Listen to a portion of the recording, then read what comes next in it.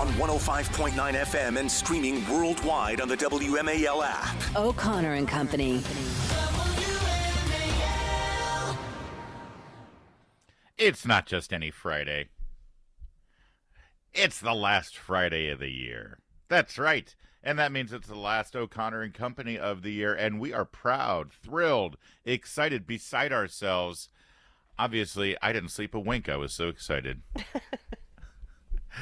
to be here with you live, in person, holding your hand as we say goodbye to 2023 and maybe look across the horizon to 2024. Let's hope next year feels like that exciting, thrilling moment when the Pop Tart emerges at the beginning of the Pop Tart Bowl. Because I'll tell you right now, at the end of 23, I feel like that thing that was eaten afterwards. What kind of fresh madness was this when they actually cooked and ate the mascot at the end of the game yesterday at the Pop Tart Bowl? This is one of the great. It's the first year it's ever happened, and it already feels like the greatest tradition in college football history. Did you watch the Pop Tart Bowl yesterday? I did not, but I certainly saw the clips from that moment. I had it on in the background while I was guest hosting for Mark Levin, and it was hard to focus. Not because of the football, because who cares? But the Pop Tart. I mean, it was North Carolina State versus Kansas State. Right. Who cares? You said it was. Go ahead, say it. No, I'm not saying. I don't know what I don't know what. Well, there's a football game today. I understand. Oh yeah, go Bucks! No, is he going to let you go home today now? Exactly, I'm allowed out of. Yeah, it's true. It is Friday, December 29th, and therefore everyone knows that only the biggest, most important college bowl games are played on Friday, December 29th. No, wait a minute. Back to the Pop-Tart. Oh, that's not right at all. It's New Year's Day. That's what everyone wants to get to. Back to the Pop-Tart. You made an excellent That's when point. Michigan is playing. But yes, Ohio State is playing today. It's going to be very exciting for them. Go Bucks, indeed. Yeah. Do that every 5 seconds. It is good. It's good that the team gets to play together before they all go off to other schools during the offseason in the transfer portal. Wait a minute. You made a good point about the Pop-Tart. I think you said somebody else said it about how whoever came up with Clay Travis said this. Yes. Clay Travis. This is brilliant. He's right that whoever came up with that Pop-Tart stunt at the end needs to be put in charge of Bud Light. Right. This is the only way you save Bud Light is because to I want to go buy fire everyone and bring in the Pop-Tart marketing team. Right. That came up with it. They branded the bowl because we make fun of the fact that there are so many bowls and they're all named after, like, wait, who the hell wants to play? It used to be very solid. The Rose Bowl, the Orange Bowl, the Cotton Bowl, the Sugar Bowl, it was just very boom, boom, boom. Maybe the Florida Citrus Bowl, borderline, right? But it fits. It's citrusy down there. Fiesta Bowl, Alamo Bowl, all of those made it. Yeah. And then suddenly you get things like, the Poulon Weed Whacker Bowl. The Rocket Mortgage Bowl. Right. The Cheez-Its Bowl. Right, the Ramen Bowl. Because who doesn't want... These kids spend their entire lives from when they were 6 years old playing Pop Warner football. They're sweating blood, working out in the gym. Yeah. They're doing everything they can to make their grades and get to the big game. They get to a big, huge Division I college football program. Maybe they didn't quite win the conference, but they had a great season, and they're going to finish things off at the Cheez-It Bowl. It just doesn't feel right. So on the face of it, you see the Pop-Tart Bowl, and you think, oh, come on. Oh, come on. Who thought this at the Pop-Tart Bowl? But they leaned in. They owned it. They owned it, and they made it beautiful. Did you see the trophy? Google the trophy. No. You got to see a picture of the Pop-Tart Bowl trophy. What college program doesn't want to proudly display this thing in their trophy case in the athletics building? It's a thing of beauty. It's pretty brilliant. Can you describe it for everyone? Because it's just it is the shape of it's a gold football as one. A trophy. You win a trophy for a football game, like big gold football. And then what's that come has out of that two football? Slits. Yes. In between the by the laces. By the laces. Thank you. Yeah. And there are two Pop-Tarts coming out of the The gold, but they look real. It is. On the face of it, it just looks like your standard gold football trophy you get as a champion at the end of a bowl game. But coming out of the football are 2 frosted Pop Tarts. And then at the beginning of the game, we should try to get Corey Nganamart on there. He is our go-to mascot expert, right? Yeah, he was Screech for the Nationals for years. Now he's I don't know if it's a work release program or something. I don't know what kind of law he broke, but now he used to be Screech for the Nationals. Won a World Series ring. Best Screech. He's great Screech. There will never be another Screech for the Nationals. And now after that incredible life as a mascot, he is doing some kind of purgatory here as Vince Colonnese's producer. Has his own show on the weekend too. And he has his own show on the weekends, exactly. That's right. We should. You know what? I'm going to try to get Corey on later to comment on the Pop Tart mascot, because so not only do they have the name, they have the trophy, they got Pop Tarts blazoned all over the stadium, and then at the beginning of the game, they roll out this giant toaster. So they cook but you have to explain. You have to set it up. Well, so this is the setup. Right. It began with he emerges at the beginning of the game before kickoff, and he comes out like it's the birth of a child or something. It was like no amniotic fluid or anything, but it was a very dramatic thing with fireworks and smoke and But he emerged from a toaster. From a toaster, he pops out as a Pop Tart will, and he's there, and he's a Pop Tart. He's just a giant happy Pop Tart. Yes. And he's got his arms, and he's running around, and all during the game, he's doing all the typical mascot shenanigans, but a little bit even more so. I mean, he was a very, pretty, bad. because of the design, he couldn't do a whole lot of acrobatics or anything. Of course, because he's. But square. he was messing with the referees at times. He would go out on the field and smack their butts and stuff, and that was kind of fun. And he was dancing with the other mascots from the Wolf Pack of North Carolina State and the. I don't know I know that they call themselves Wildcats, but that's like the most boring mascot from Kansas State. So, let's call them Nobody's talking about that one. Okay, they're all talking about the Kansas State Stegals, because Chris Stegall lives out there now. But he's out there playing with them and dancing with them. And then at the end of the game, during the trophy ceremony, this mascot goes back to his toaster. They dramatically lower him into the toaster. Yeah. And then out the side of the toaster, in a very Moulin Rouge kind of way, right? On a sort of swing, and then he gets lowered into his And they roll out this life size, the exact same size as the mascot, it's a strawberry Pop Tart. And these giant Kansas State football players who've just played their hearts out for their team and for their game, 20-year-old kid who plays football, he wants a Pop Tart at the end of the game, and they all go over and devour this Pop Tart on television. This Pop Tart mascot was sacrificed for football. Now for 2024, the trend in birthday cakes will be giant Pop Tart. Oh yeah, I want a Pop Tart birthday cake because it did look like a birthday cake at the end. But essentially, what you're saying is cute. Pop Tart mascot comes out, entertains the crowd, is nothing but just fun and vivacious and pure joyful optimism, and then they ate it. Then they at the end. It's a metaphor of sorts, I guess. That Pop Tart could save America. You know what? Pop Tart 2024. I think we found the ticket. Trump's running mate. Trump and Pop Tart. He came out this entity came out so promising. Yes. People felt joy, felt happy, and then he just was devoured. They killed him, they cooked him, and they ate him. It's kind of like Nikki Haley. It's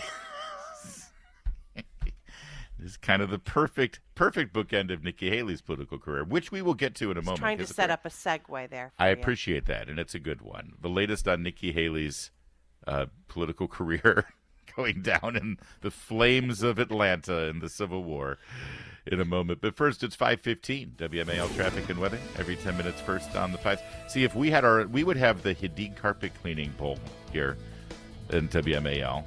But then Joe Hadid would have to be. Yeah, well, we don't want to cook and eat him, Jamie Whitten. That would be weird. But the Pop Tart is another thing.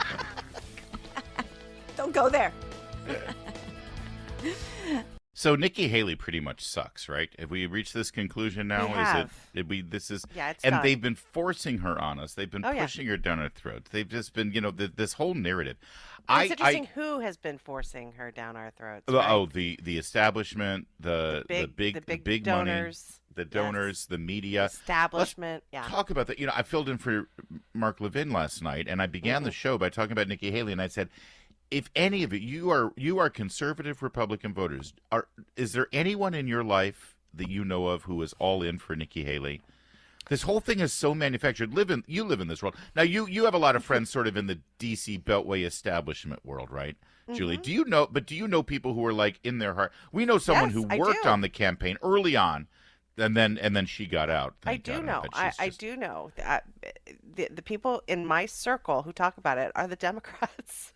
Oh, there you go. Yes, some of my friends are like, Nikki Haley seems reasonable. I mean, we really need a reasonable Republican. Oh, right? Yes. That makes sense. That tracks. And I mean, obviously, I live in the D.C. region, if you don't have Democrat friends, you're not going to have any friends, right? So I have some people that these are like, very old friends who, I saw during the holidays, and I heard a lot of that. That's amazing. Mm-hmm. So as a conservative Republican living in Washington, D.C., the only people you know that are all in for Nikki Haley are Democrats. And let me tell you something. This is like a milquetoast endorsement. They are not like, yes, I'm not going to vote. No, they're Biden voters, right? The only people I hear really saying good things about, aside from our friend who worked for her for a short time and got out and is very happy. I think. God, I meant to reach out to her yesterday and say, aren't you glad you got out of that? Right. So the people I'm hearing from are, very never. I mean, obviously, name me a Democrat who isn't never Trump. No, I know exactly who you're talking about. They're the people who will say, "Why can't all Republicans be like Nikki Haley?" See, now this Why can't all Republicans be like fill in the Well, Romney. Now they'll say Mitt Romney, but of course, 8 years ago, Mitt Romney he was a Satan. Nazi, and he hated women, and they were in binders, and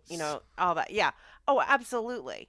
I'm not saying these people are good sources on this, but this is who she is to them. Yeah. So, I guess a good example of that would be Kristen Anderson Solis, or Christine Solis Anderson. Soltis. Right? Soltis? Whatever Kristen you say. Soltis Anderson. Yeah. I'll be honest, she's not really on my radar much. But no. She's not really. I think I did one event with her like 3 years ago or something, and she was on the panel. But she is the representative of the approved Republican analytical voice that gets invited onto CNN to give political analysis, right? Yep. And she was there the moment this Nikki Haley thing broke. She was the immediate person to respond. Right. On CNN, give us your expert analysis on this, Kristen Soltis Anderson. Yeah. And she's this a is what she's known as a pollster. Right. She's a pollster. She's been on Brett Baer's panel, and she's like, oh, she's the the smart voice. But she was asked, but she was specific, and I get it. Like, she's a pollster, so maybe she can anticipate what gaffes like this, what kind of impact they have. Well, here, let's hear what she had to say. This was moments after Nikki Haley came up with that mamby-pamby, embarrassing response about what do you want me to say about slavery? What caused the Civil War. And move on. But it's also, I think, pretty clear that voter was kind of trying to catch her and saying something that would potentially make her less appealing to those independent voters in New Hampshire that she's going to rely on so heavily. So this was an easy question to answer. I wish she had answered it using the easy word, say slavery. There's a disagreement in our country about it. But ultimately, I don't think it's actually going to hurt her standing one way or another with Republican primary voters at this point. Okay, first of all, no, there isn't. There isn't a big controversy over what the causes of the Civil War are. No, there aren't. No, it's a very and it was weird because she earlier said I wish she would have gone with the simple answer, but then she was something that is very controversial. This is the thing that really I've been thinking about this since we talked about it yesterday, Larry. Is it's not as though we don't have examples of Republicans. Okay, first of all, I don't think this was exactly the worst kind of gotcha moment because it was a softball. It was a softball question. Answer this. You were a Southern governor. Answer this question. This shouldn't be that hard to answer. But let's just say, for the sake of argument, it is a gotcha question. Okay, we have a vast number of examples now of candidates who are running against Nikki Haley who face gotcha questions and are masterful at handling them. That's right. Vivek constantly gets, I guess you could say, trolls or people who come, or leftists who come to his events and scream out questions. And you know what he does? He gives them the mic. He says, let's talk about this. And he is brilliant at responding to them.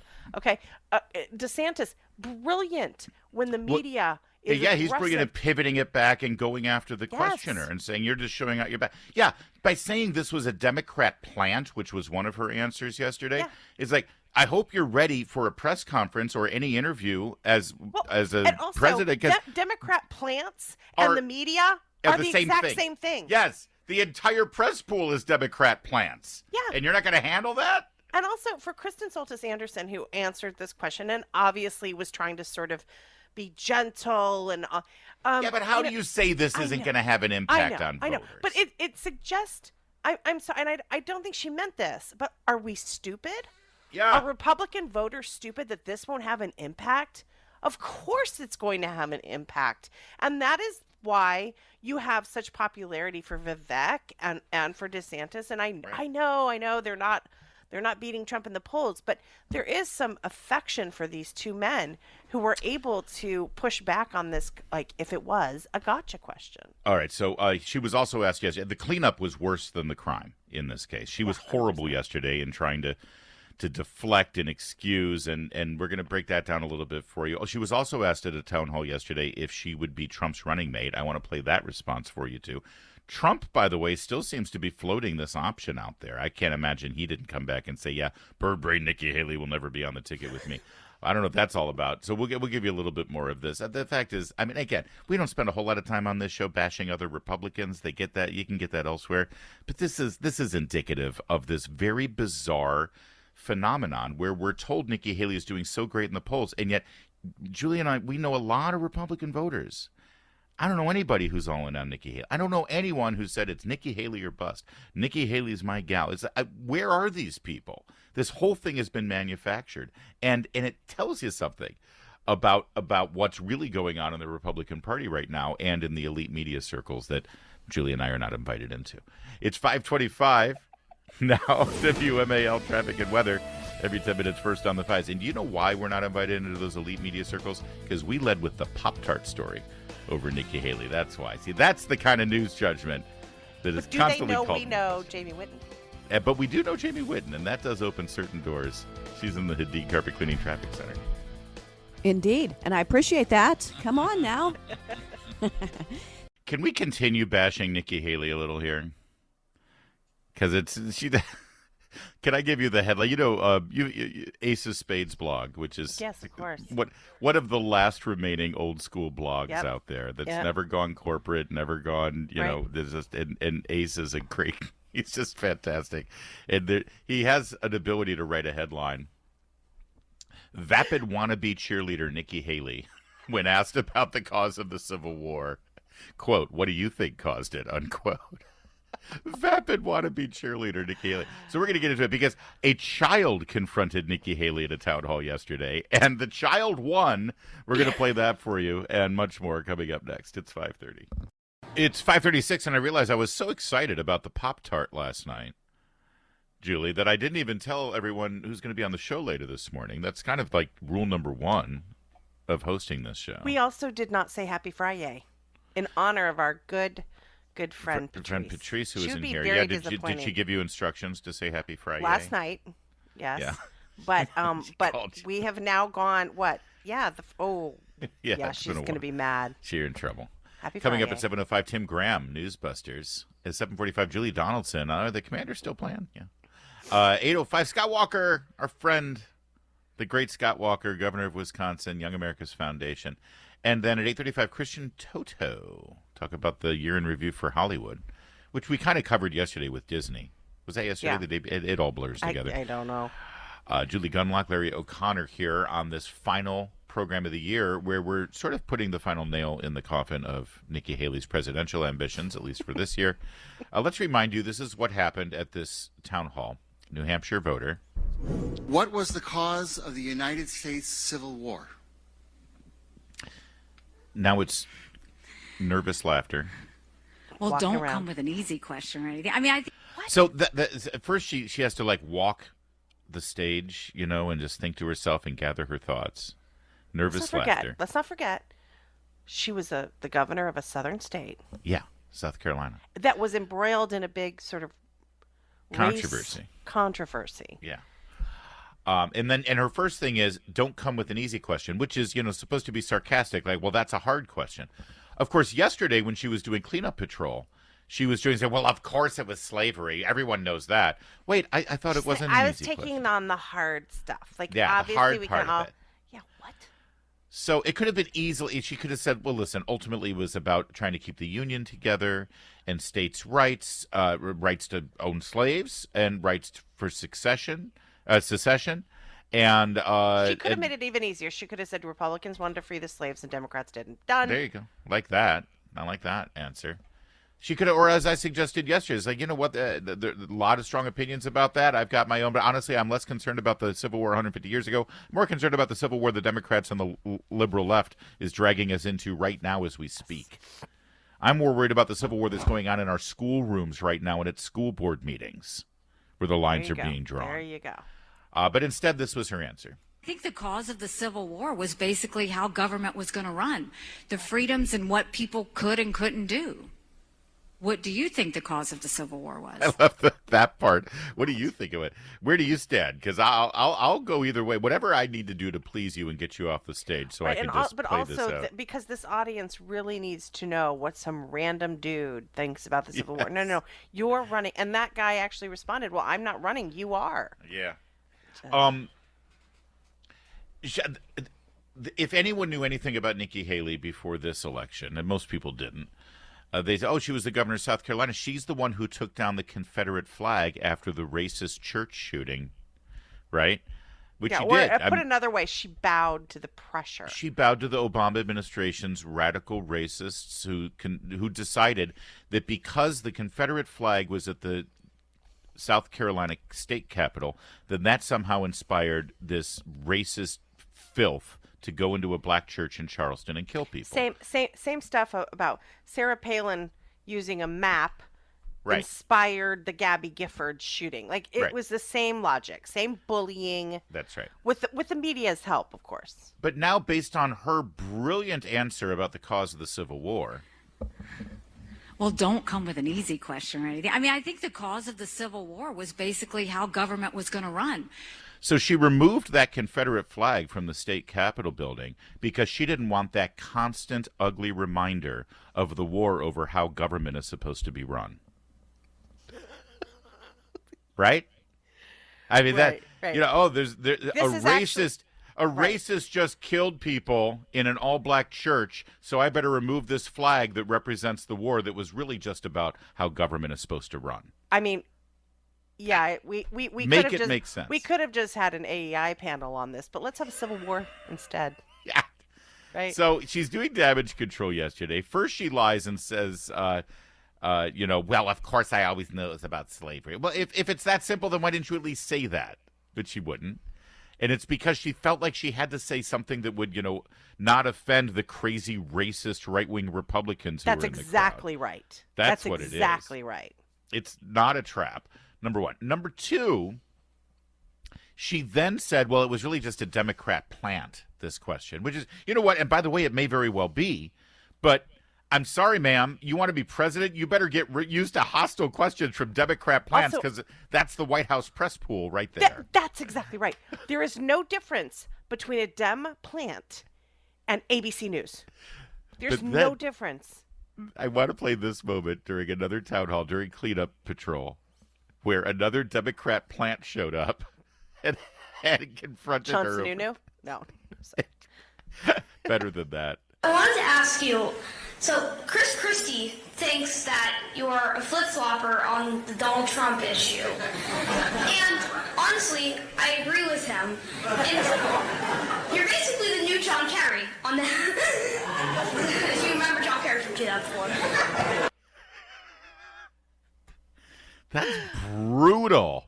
Yeah, pretty brazen. Yeah. Chris Christie says you're a flip-flopper on Trump, and I think he's right. You're the new John Kerry. You remember John Kerry? I know, pretty funny. probably a little bit coached by parents. I kind of Probably. I'm not totally in favor of kids doing this sort of thing. I hear you, but it's still enjoyable. So then she was asked, "Will you be Trump's running mate?" Right? Because she's done a whole lot of attacking of Donald Trump. She said she wasn't going to. This is not a gotcha question. No, of course not. Here. Oh, stand by. Is it a chance to redeem yourself after last night's slavery thing? I gotta love New Hampshire voters. Yeah, oh, God bless Just them. the constant trolling. There, I gotta give you a chance here. Would you be able to say categorically that you will not accept being Trump's vice president? I could say to you what you want to hear, and you could go check that box and go do whatever. But I'm going to continue to tell you my truth. And the truth that... My truth. My truth? What is... She does this Oprah thing that is so annoying. That does not resonate with... The question is, will you unequivocally say right now that you will not be Donald Trump's... That's not your truth, my truth. There is a truthful answer to that. No. This is media training gone wrong. Okay, let me tell you. It's called block and bridge, where you try to pivot. You don't want to answer the question, so you try to pivot over to something. I mean, they do this all the time. Well, I have strong feelings about that. But first, I want to tell you about this, right? Yeah, but this is even worse than that because she's making her non-answer sound like some virtue. I could stand up here and answer that, but instead... No, I agree. And she's got this kind of Oprah speak. She does this all the time. She says, if you want something done well, you get a woman to do that. I mean, what? I hate that girl boss kind of stuff. And she does this all the time. And this is just yet another sort of trying to speak in this way. Yes. And she sounds like a robot. She does. It's She sounds like robotic, a it's corporate programmed, product. it's Yes. memorized. Yes. I have always told the truth, even when I was in the administration. President Trump and I worked well together. Why? Because I told him the truth. Now, if you want to talk about vice president, I will tell you this now. I've said it before. I don't play for second. I've never played for second. I'm not going to start now. Yeah, so in other words, of course, she would love to be vice president. And then when Donald Trump gets convicted, and it will be expected that the vice president does something to sort of bail him out and protect Trump and support Trump, she'll be the first one to throw him under the bus. We need to move on. And then when she becomes president, there is no pardon in the making from Nikki Haley, I assure you. Look, yes, and there's nothing wrong with this. Is so set up.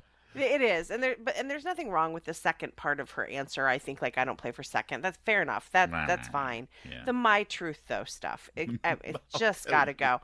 This, what do you think about slavery? Real fast, we started the week with this story that was floated out there, probably by Trump advisors, saying that he was floating the idea of picking Nikki Haley. Is that dead now, or do you think that's still a possibility? So. Yeah, it's so funny because every time people ask me to predict what Trump is going to do, I know. It's like, I mean, I think at least from people advising Trump, it should be over. It should be done. I can't imagine.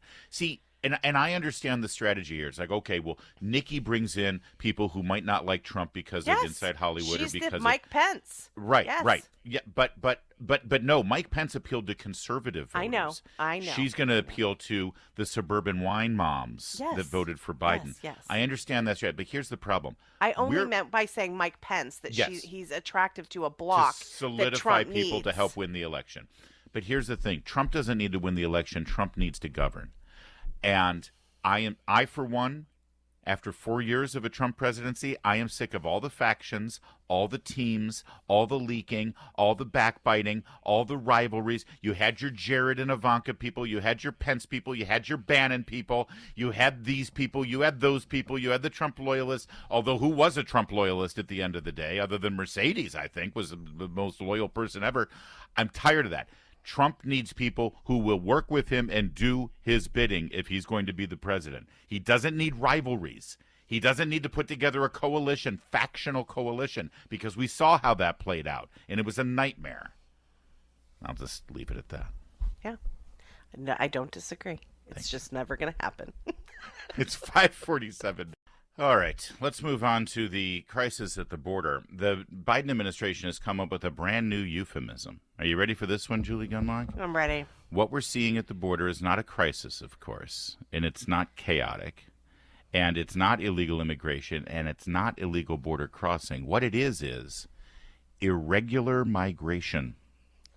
Oh.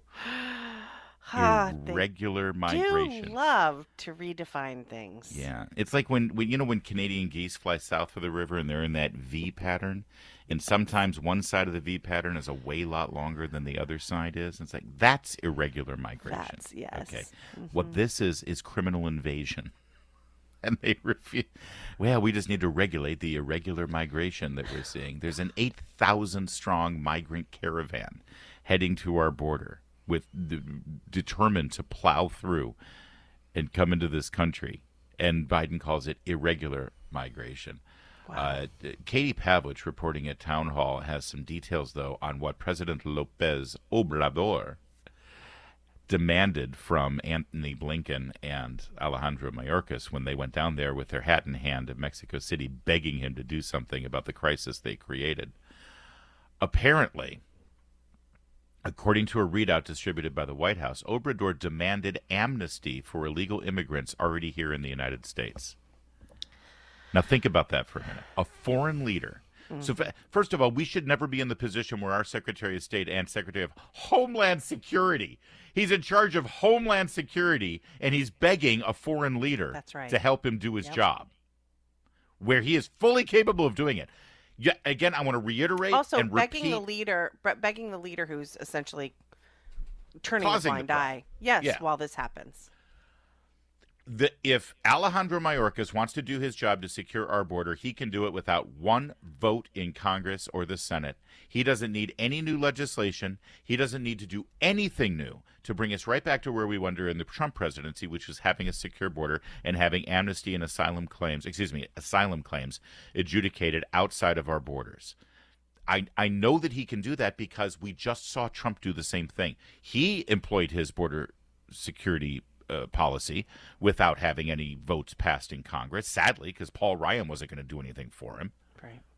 So he doesn't need to ask a foreign country anything.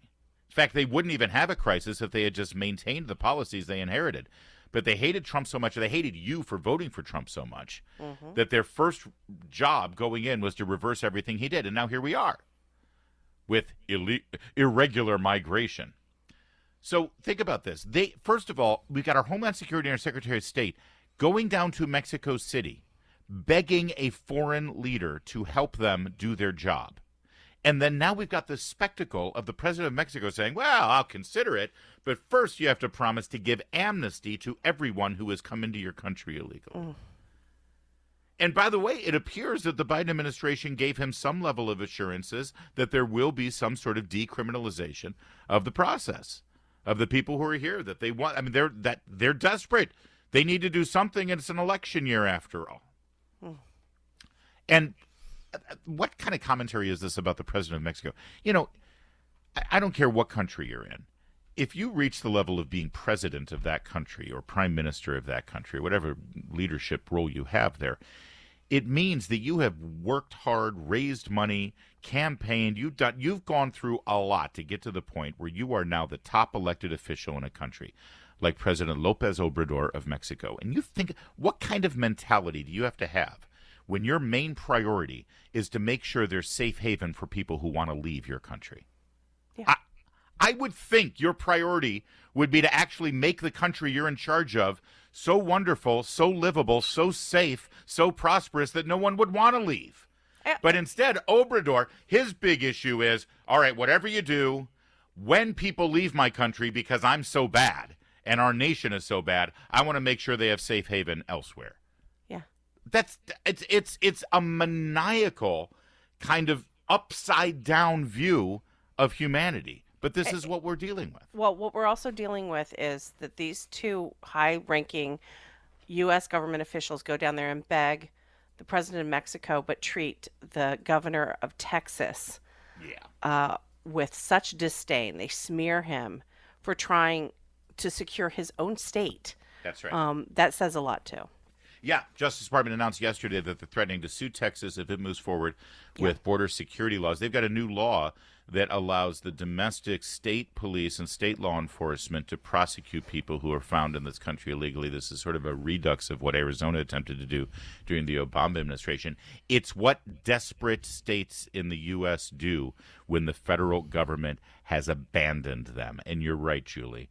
You're seeing pressure, you're seeing threats, you're seeing every kind of use of the federal government's power against the Texas governor while they go down on their knees, bowing and scraping to the Mexican president. And people like Kirsten Soltis Anderson here in D.C. will wring their hands and wonder why people want Trump to be president again. Yep. And this is why. That's right. It's 5:55, WMAL traffic and weather. You're never asked over to her house for drinks, are you? Or at least I should say, you didn't used to. Yeah, right. Sorry about that. I know. She's apparently a very nice person. It's not about her, but very nice, yes. It's a variation on a certain theme that drives me nuts. Let's move on. Let's go. Let's go to Jamie traffic. Witten's in the Hadid Carpet Cleaning Traffic Center.